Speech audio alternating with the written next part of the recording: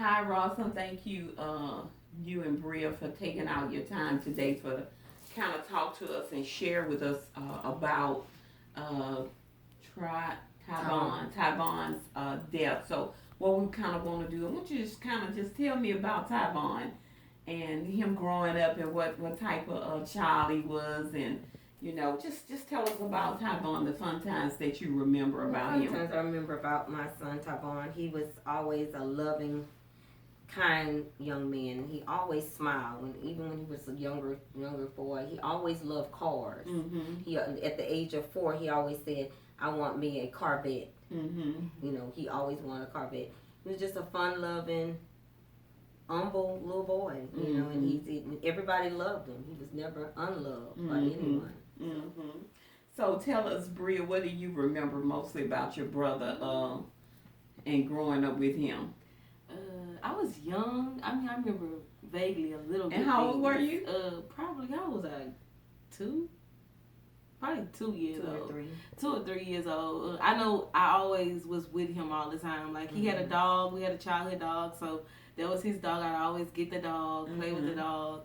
Like me and him were close. Even as we got older, we built a good bond. Okay. So I kind of was like the little big sister, like always telling him what to do or fussing at him about things. The little big sister. Yeah. Okay, so we have some pictures here and stuff. Rosalind, you want to show us the pictures of Tyvon and kind of tell us a little bit about? This was like my guardian angel. A lady gave that to me after the fact that Tyvon died, and it was like a. And that was one of, believe it or not, after she gave it to me, I started listening to the song, and it was Wing Beneath My Wings. And that was one of the songs he sang when he was in the 5th grade at Delmont Elementary. Really? He was on stage and they gave him an award and all that. And this was a song he sang. So when she didn't know that. I did not know that. And when she gave me I didn't even realize it was a musical. It was a musical. So that's my little angel that I keep there. And so what is this, like a little This is my little memorial. The memorial. Yeah. Okay. And this was like, this cup was done like maybe 4 or 5 months ago, and a picture of him, one of the men that goes to church with my sister Tony. He's a photographer, and he does this type of stuff. So he blessed me with this because I was getting orders for him from other people. So tell us about that picture right there in the pink. Tell picture in the pink. That was when Tyvon, when he took that. Take it out. Let's look at it. He took that picture. I want to say he just put that on there, but it was Easter. It was Easter. It was Easter because he wanted he wanted the clean, the pink shirt, and that's another thing about him. He loved to dress. Loved to dress. Well, I'm sure he gets that from his mom. Yeah. Yeah. So that's the picture and the cup they did. Okay. And this is my memoriam, like for. In fact, this picture was taken right outside my door. About. Maybe that was his birthday. This was on his birthday. Bria remembers that was on his birthday. Yeah. He came by and he was outside on the phone talking. And this button was one of Bria's friends, Jazz. Okay. I think you remember Jazz. Jazz had these made after for the funeral. Okay. And we gave them there. And the little bandana. This was my grandson's bandana. They wanted bandanas, so I got that. And that's a picture of him on it, gone but not forgotten. Okay. With the button. So. Okay. And so, Bria, do you have any pictures of you and Tyvon? Yes, I have a it's picture right in my room. I have a picture. It's right there. Oh, it's right okay. there. Well, yeah. And you and I have one Tyvon. right here. Yeah, this was Christmas at him and his wife's house. Okay. Yeah. Okay.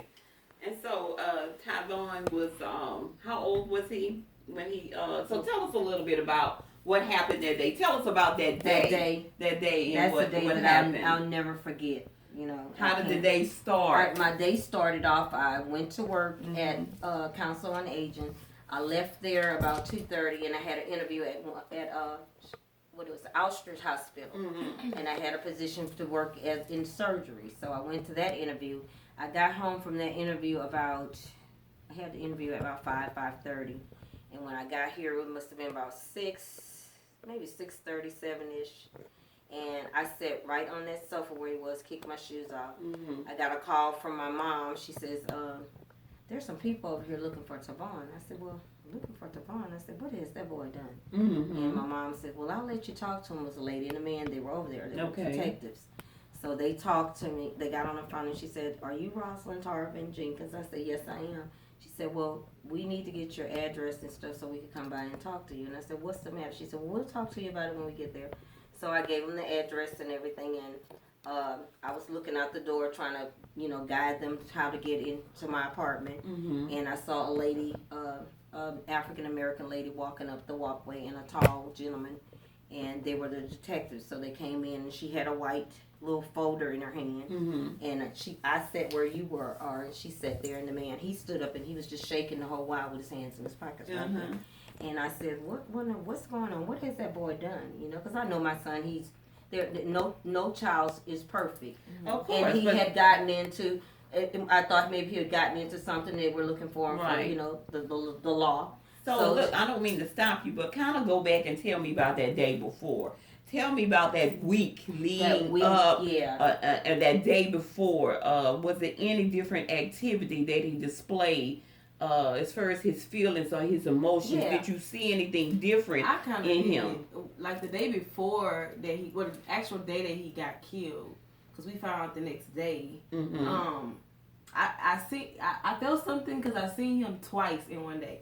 I seen him on campus at school. I was leaving school, and him and my little niece stepdad, they got cool, so they were up there. I'm like, why y'all up here? Y'all don't go to Southern University or whatever. So joking with them, and then I seen him again when I came home, and I pulled up, and he was like, he stood behind the trunk of my car and waited till I got out, and then I was like, what's wrong? And he was like, nothing.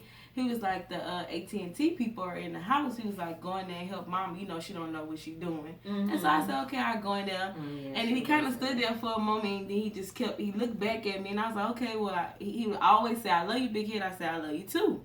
And then I watched him walk to the rental car and got his rental car, and he pulled off. But that whole night, I didn't sleep good at all. Like, I tossed and turned. And normally, if he used my car, I would always call him and be like, okay, where you at? Are you inside? Are you okay? Like that. But that night when I text him, I didn't get like a response. Right. So, I kind of feel, okay, maybe he's asleep or he's charging his phone or something. He'll call me back. And then I went to work because we all were supposed to go to a concert at Southern University that next day. That we found out that he got killed. And I was at work, all excited. Cousin was calling me, you coming home? I'm like, yeah. Like, why you keep asking me that? So I kind of felt something then because my mom called me and she was like, well, have you talked to Tyvon? I've been calling. These people are looking for him. I don't know what this boy did. I'm like, okay, calm down. Let me call him. Because I know if I call him, he'll answer for me or call me right back. So I'm calling. Phone going directly to voicemail. I'm like, okay. So maybe charging his phone. Call again. Still going to voicemail. So my cousin called back and she was like, well, you coming straight home? I'm like, yeah, we're going to the concert. Why you asking me that?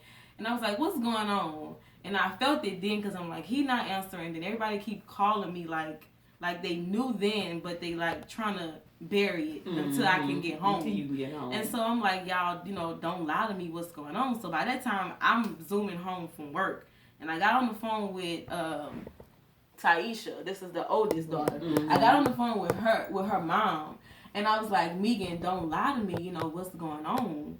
And she was like, bro, you're not crazy. And I just lost it. Like, I just started crying and screaming and staring. I'm driving home.